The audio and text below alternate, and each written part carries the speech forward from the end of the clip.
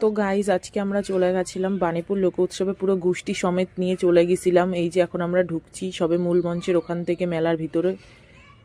আর এখানে আমার বান্ধবীরা কি ছ্যাবলাচ্ছিল, কাউতালি করে যাচ্ছিল সমানে।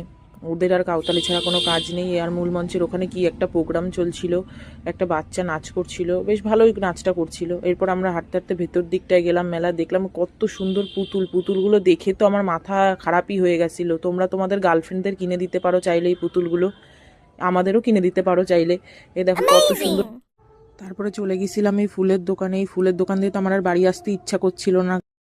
ও গাইস, সে মেলায় আর কিছু থাক না থাক, তোমরা একটা জিনিস দেখবা, সে বাদাম যেদিকেই তাকাবা সেই দিকেই দেখতে পাবা।